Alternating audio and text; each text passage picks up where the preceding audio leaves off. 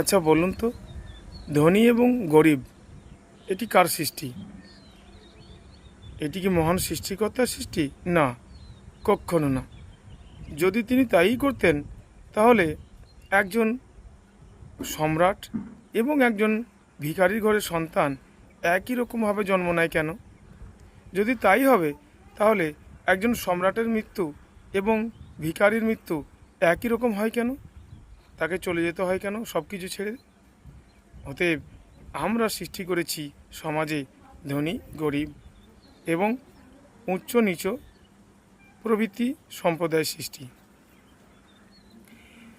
যখন কোনো অসহায় মানুষের স্তর থেকে একটা শক্তিশালী মানুষ কোনো রকমে উপরে উঠে পড়ে সমাজে, সে অন্যায়ের প্রতিবাদ করতে শুরু করে, সে সমাজের হয়ে লড়াই করতে শুরু করে, তখন তাহার বিরুদ্ধে বিভিন্ন বিত্তশালী এবং কিছু অসহায় আছে, তারাও সব এক হয়ে ওই ব্যক্তির বিরুদ্ধে লড়াই করতে শুরু করে।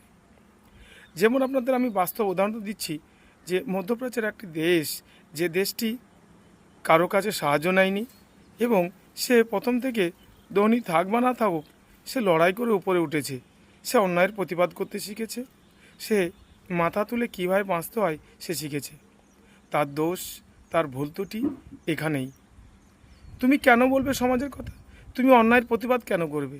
তুমি যেমন আছো আমাদের কথা শুনে চলবে, আমরা যা বলবো সেটা তুমি মেনে চলবে, এটাই তার অপরাধ। ঠিক আমাদের সমাজেও তাই একই রকম ঘটে।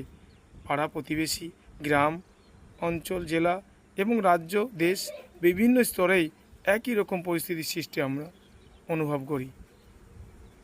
তাহলে সমাজের পরিবর্তন কি কখনোই সম্ভব না?